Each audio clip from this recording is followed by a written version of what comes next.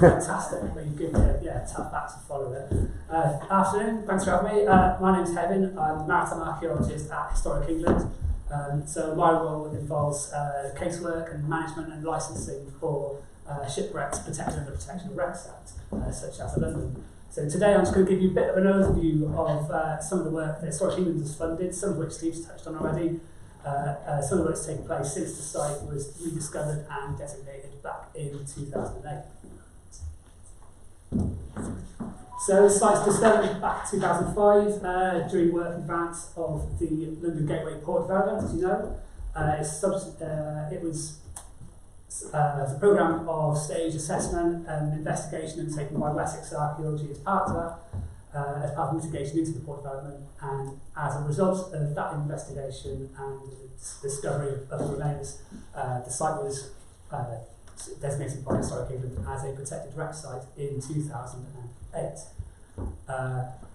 The site is designated as Section 1 of the Protection of Wrecks Act. That allows for the Secretary of State to designate a restricted area around a shipwreck site in order to prevent uncontrolled interference and salvage, and that sort of works.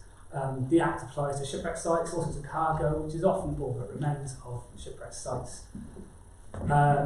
And the Section 1 covers sites of historic, archaeological and artistic importance, such as London. You can see there's 53 sites protected under the Act in English territorial waters, and these range from a broad range of sites, from a Bronze Age cargo scatter where nothing survives of the wreck itself, it's just the artefacts on the seabed, all the way through to much more recent sites such as German submarines in the First World War, or a requisitioned armed trawler, the Arven, which is lost in 1916 during the First World War, where it was requisitioned as a minesweeper. The London was designated for the following main reasons: so its archaeological importance, blew up in 1665, and the site contains elements of structural timbers and artefacts and cannon and human remains as well. And it's rare, well-preserved objects. It gives us that insight into shipbuilding during the really important part of England's history when British naval power was emerging onto that European stage. And the historical interest of the site as well. It's one of the only 3 ships of this type completed, and the only surviving second-rate large ships from the 1642 to 1660 from that ship list. And it was the part of that fleet that brought Charles II back to England for the restoration of the monarchy. So we're involved in protected wreck management. It's important to bear in mind that although there's that restricted access to sites, it's not forbidden, it's not prohibited. We're really keen to engage with divers and archaeologists to get people out to study protected wreck sites. And it's our responsibility to make sure that some activities on these sites is done in a controlled way and through this licensing system that's administered by us on behalf of the Secretary of State at DCMS. So how do we monitor these sites? How do we keep an eye on it? There's a contract that goes out every couple of years, and that enables us to undertake work with a dive contractor to study the sites. And this is both to look at sites that are candidates for designation and also to monitor sites that are already designated. And that's for geophysical survey and diver surveys and ROV work and desk-based assessments as well. But that's a really, really small pot of money. There's only a limited amount of work that we can do every year. So we're absolutely dependent on the work that's done by volunteer divers who are the licensees, such as Steve and Carol and Steve, as they're doing for the site in London. And the licensees, they're the custodians of these sites, and although they do it it's a voluntary thing, we're absolutely dependent on it, on what they do. They're vital role in the management of these sites, doing hours and hours of diving and recording the sites, identifying new discoveries, and all the research that you're doing, when you're out of the water as well.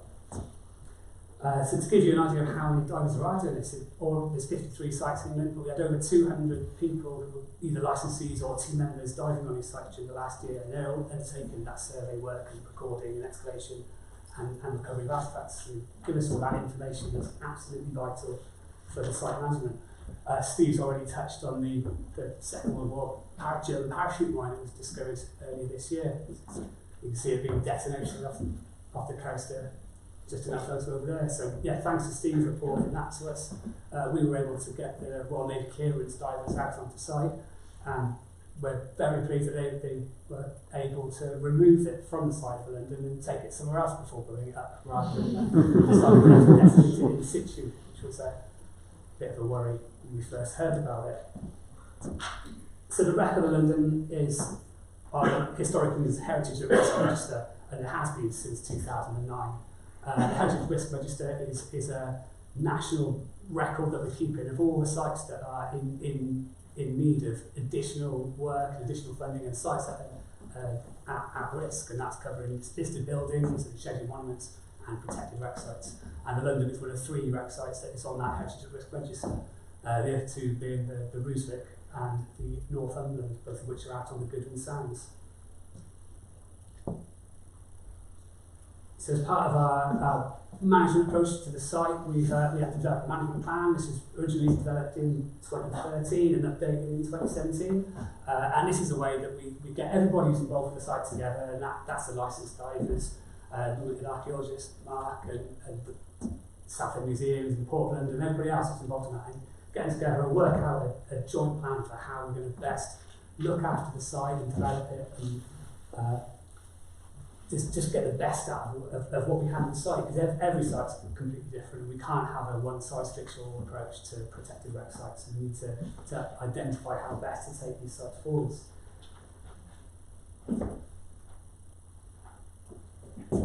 As part of all this work, there's a funded work with Wessex Archaeology and with Steve to develop a protocol, a community-based system, so that to best guide Steve, was back quite a long time ago, Steve, wasn't it, when you first started working on the site, just in order to get it, I guess, give you some guidance just as you started out on site, and you've taken that and run with it and developed it ever since then. So the aim of this was to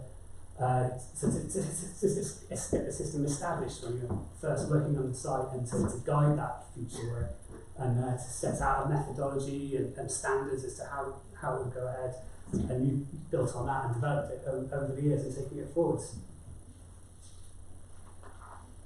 And as a result of Steve's diving and Steve's team, they identified that there were risks to the site and brought that to our attention. So as a result of this, in 2014, Historic England commissioned Capsule Archaeology to undertake a 3-year evaluation of excavation of the site. And from the very beginning, it's really important that Steve and the team should be involved in that. It wasn't going to be a project where we brought in a completely separate team of commercial archaeologists, and the licensed team were muscled out of that. So as part of that project, Steve and Carol and Steve Medal were incorporated into the team, and to facilitate this, they undertook professional scuba qualifications, which enabled them to fully participate in that field work. And as Steve described, the placing of the trenches was done. You that guided the archaeologists and decided to show them where the best place would be, because you've got all that knowledge, and that's what we needed. That's what's the most important thing, is that local, that on-site experience which can guide best informed strategy. So that Cotswold Archaeology dive team it was structured to involve both professional diving archaeologists and the educational team. And it made use of that knowledge that Steve developed over the 4 years that he'd been diving the site before that work started. And it brought in that extensive archaeological knowledge and modern HSC compliant diving practice, giving us that team that can identify and develop the project in the best possible way.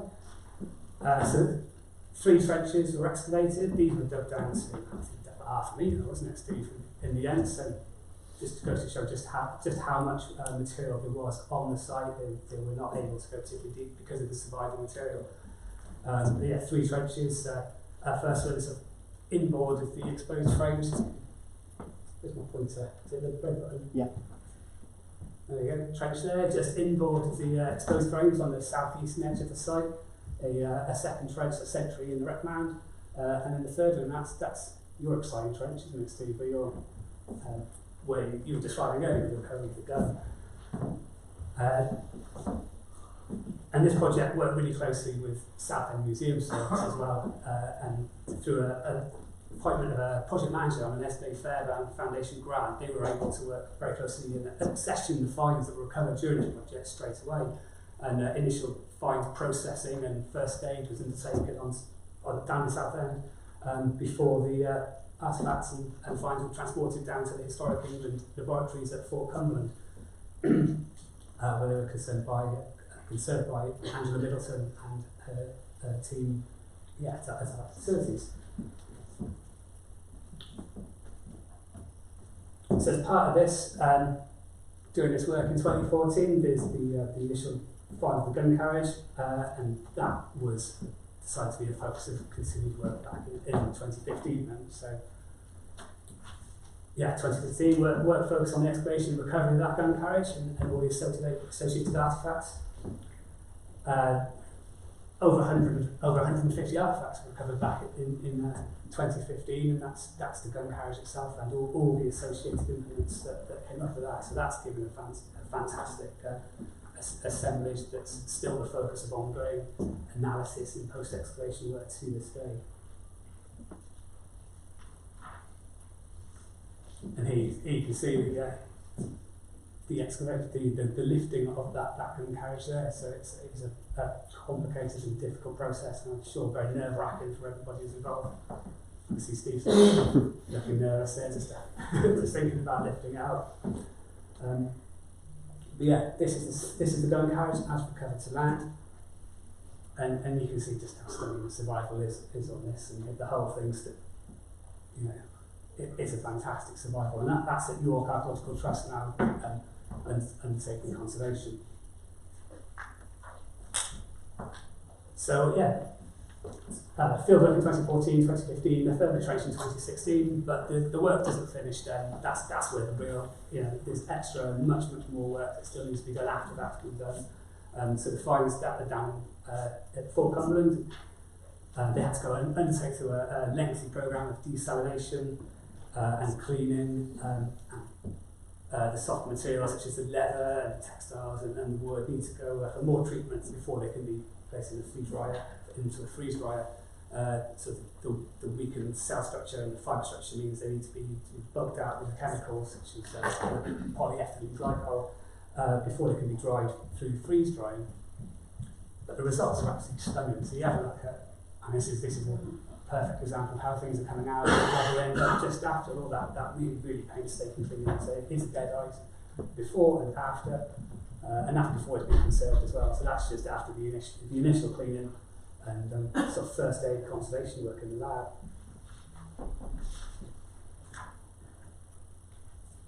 Once things have been cleaned up and conserved, then the real post-excavation and the analysis can take off, and that's been involved specialists from both within Historic England and externally as well. So there's a huge amount of people involved in this. And to list just a few, you've got conservation and zooarchaeologists and archaeobotanists and material scientists and all the specialists, and there's a huge amount of people who contributed to all this work over the last couple of years. And just goes to show all that information that can be gleaned from the results of this kind of work. And all this will be published in a forthcoming monograph that's due for publication in the not too distant future. Here we see some of the fantastic artefact photography that's been taken. And these are some finished, conserved artefacts. They're ready to go on display now. And I've got a big gallery of these on the little stand that we've got out there, so come and have a look afterwards. You'll see some of the fantastic finds from the site. So a lot of the information that's been gleaned over the last few years is being published in peer-reviewed journals and in Historic England research reports, and the monograph is forthcoming as well. So everything, just in two examples here, we've got wood IDs and timber studies that have been undertaken by Zoe Hazel and Eric here, and the analysis of copper and pewter artefacts from the wreck by Florian and Jorn there. But for Historic England as well, we're really keen. I mentioned earlier, we're really keen to encourage people to access protected wreck sites and to get people out as much as possible. But as Steve described, it's just not practical on the side of London. It's cold and dark in the middle of the shipping channel. It's just not practical.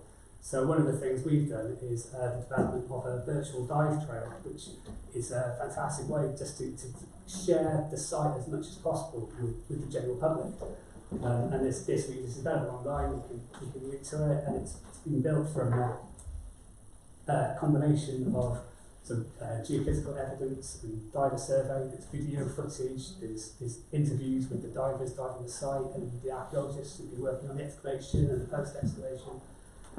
So this was developed by Capsule Archaeology, working closely in collaboration with Artas Media and Science and MSDS Marine. And it's got the full details of everything that's been going on, including the excavation work and a lot of Steve and the team's research over the last few years. So this just gives everybody the idea to get an idea of just what it's like on site without getting wet and cold and muddy and grim. So yeah, a fantastic way to check it out. We've done a lot of geophysical survey work on the London over the last few years, just because it's shifting and changing so much. So we need to get that solid information to inform what kind of work we're going to do in the future. The most recent survey was taken in 2016. It's a multi-view survey by MSDS Marine, contracted out by Capsule Archaeology. And that's showing a pattern of erosion and accretion in other places, as you can see from these here of Site 2. We're also undertaking a review of sub-bottom data. We just want to know exactly how much is buried, how much is there underneath that we're not fully aware of just yet. So we commissioned MSDS Marine to have a look through, initially to take a review of all the data that's been collected on the site over a few years, combine it all into one big study to give us good numbers about what is there, what's underneath the seabed still for us to discover. And as you can see from the numbers, that it gives you a good idea of how much buried material there is still under there. And it also allows us to just to be certain just that the surviving wreckage is all contained within that designated area of the protected wreck site. And no need to extend it fully yet. Following on from there, we're going to have a programme of multi-beam survey again. So the aim of this, again, having done a survey in 2016, the site will have changed a lot in the intervening years. We were hoping to get this done in October or November of last year, but unfortunately the weather has not been kind to us over the last few years. So we're going to go back to, we tried again in January this year, we tried again in February, both times it's been blown out thanks to the storms. So we'll be back very, very soon in the next few weeks to undertake this survey, fingers crossed. But there's a lot going to happen in future work on site.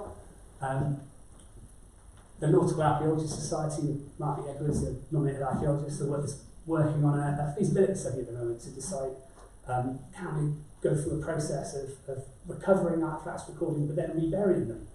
So if there's no funding available for conservation, but is this an alternative approach we can try out? It hasn't really been done before in much way.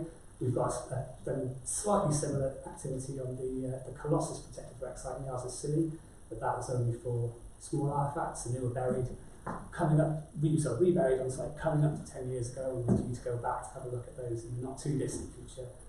So that project at the moment is looking at the feasibility of that for a site such as London, and is looking into the practicalities of this, and also the legal implications and the ethical implications. Is it a good thing to do? Should we be pursuing it as an option? And that's going to be reporting back its findings in the not too distant futures. We've got the high resolution multi-beam survey that I mentioned just now. It's been delayed, but it's going to be coming back pretty soon, hopefully out in the next few weeks. And following there, the intent will be to undertake a track diver survey. So that's something that's not been done on the site of London yet, and it'll be a way to ground truth the information that comes from the multi-beam survey, and also to tie that up with Steve's plan, the site plan, and the site information that Steve's recorded. And so will give us the best idea today then of exactly what is on the seabed.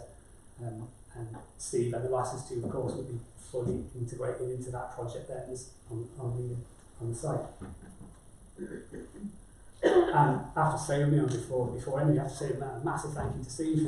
The work that Historic England's doing goes a long way, hopefully, towards understanding what's on site, but we can't do anything without what's being done by the team on site because we're not placed down here. We can't make the most of every opportunity to dive on the site. So, it's really important to say thanks, Steve. Cheers.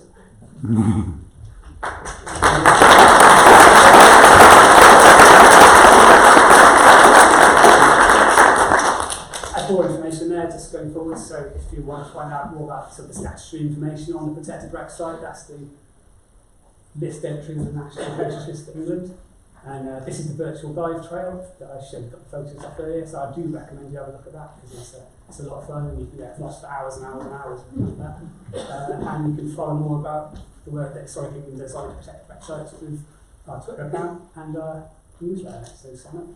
And I've got a stand out there, so come and say hello to us after this and we can have a chat. Thank you.